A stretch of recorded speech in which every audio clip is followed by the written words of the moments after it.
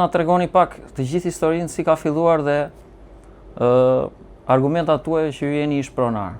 Tani fillimisht po ju bëj një histori të shkurtër. Unë jam Minella Balliu, një nga pronarët pretendues domethënë të trashëgimtari Goli Balliut, të cilit historikisht fillon kështu historia jonë, si familja Balliu.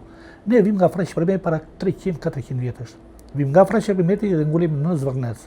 Prandaj quhet dhe Zvërnec ka qenë pronë e frashëllinjve.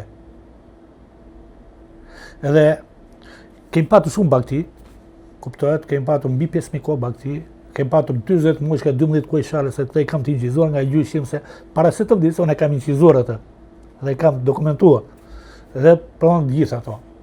Edhe, kur jemi ngullë Zvërnec, aty kemi, do më thënë si të vizë kullose bagti, kemi patur edhe në Korçë, kemi patur një malë tjetër në Korçë, në lubojnë të Korçës, që kishim bilet hallajm atje ka lindur.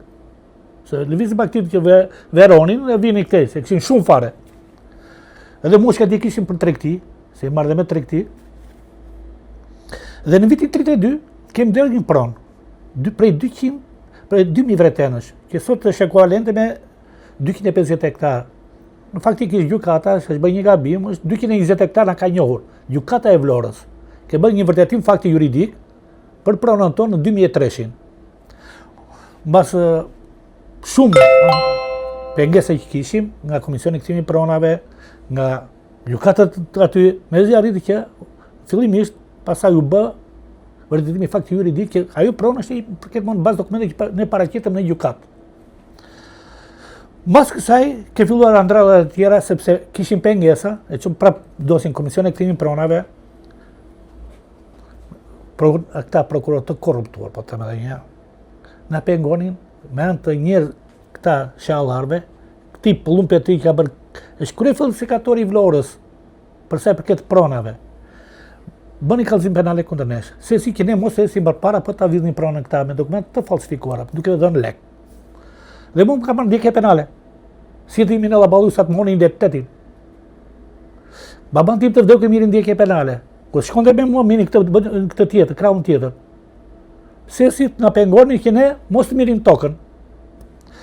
Arriti domethënë në 2009, këta me dokumentat falsifikuara, duke mos ta penguar ne nga gjykata, prokuroria, Komisioni Kthimi i Pronave të Vlorës, të cilët u korruptuan dhe janë në ndjekje penale, edhe sot e kësaj dite janë ndjekje penale, këta Komisioni Kthimi i Pronave të Vlorës, bashkë me këtë Pullum Petritin, arritën na pengonin. Dhe këta ecën parë dhe çfarë bën? Morën 50 hektar nga prona jonë.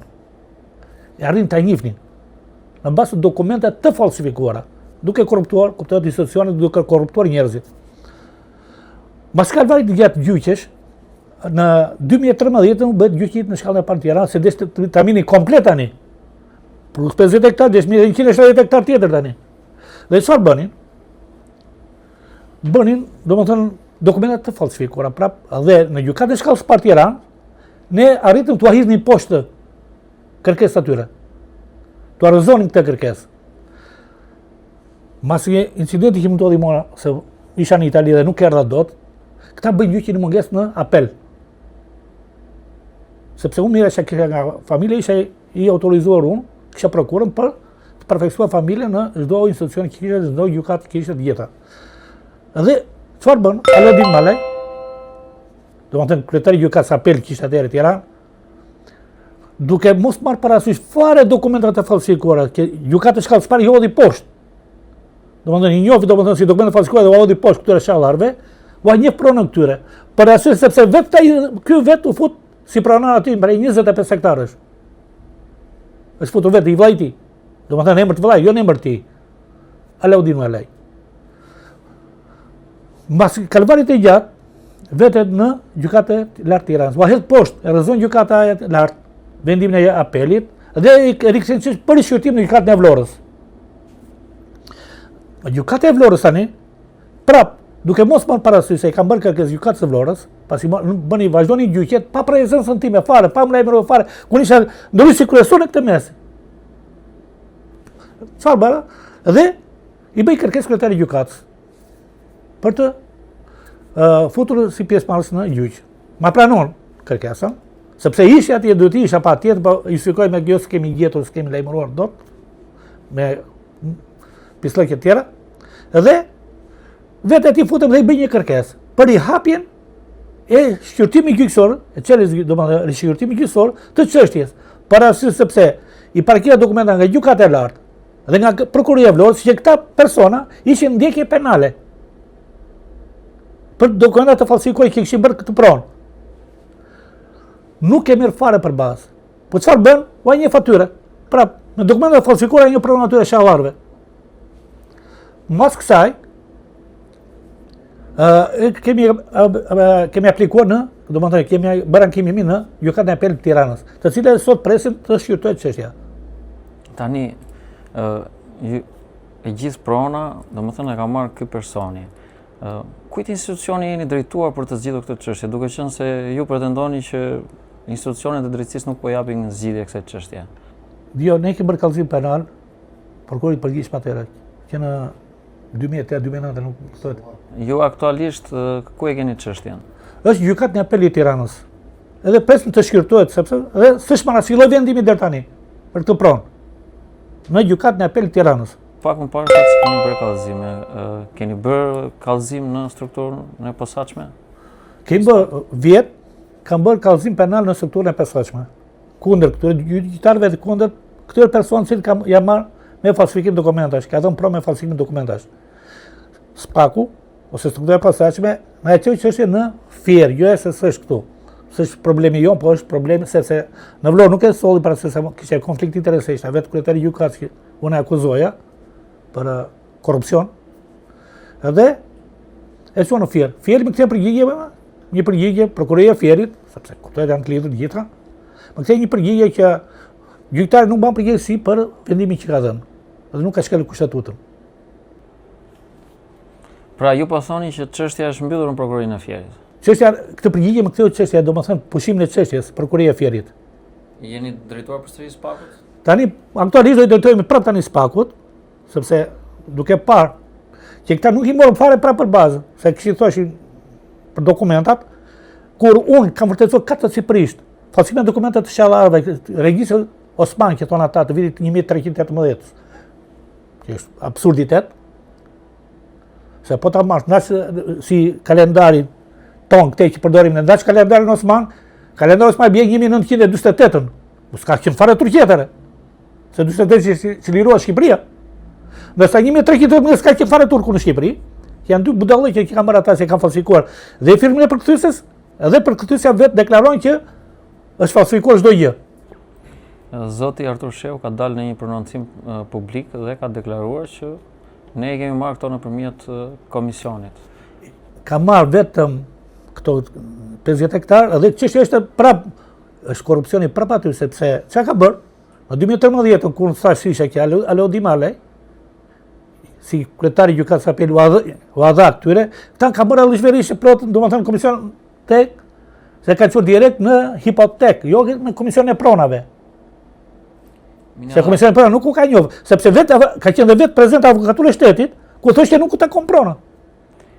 Tani, duke qenë se keni bërë kallëzim prokurorinë e Fierit dhe nuk keni patur rezultate, duke qenë se pretendoni që vendimi i gjyqtarit është i padrejtë, a e keni marrë mundimin të drejtoheni Inspektoratit të Lartë të Drejtësisë?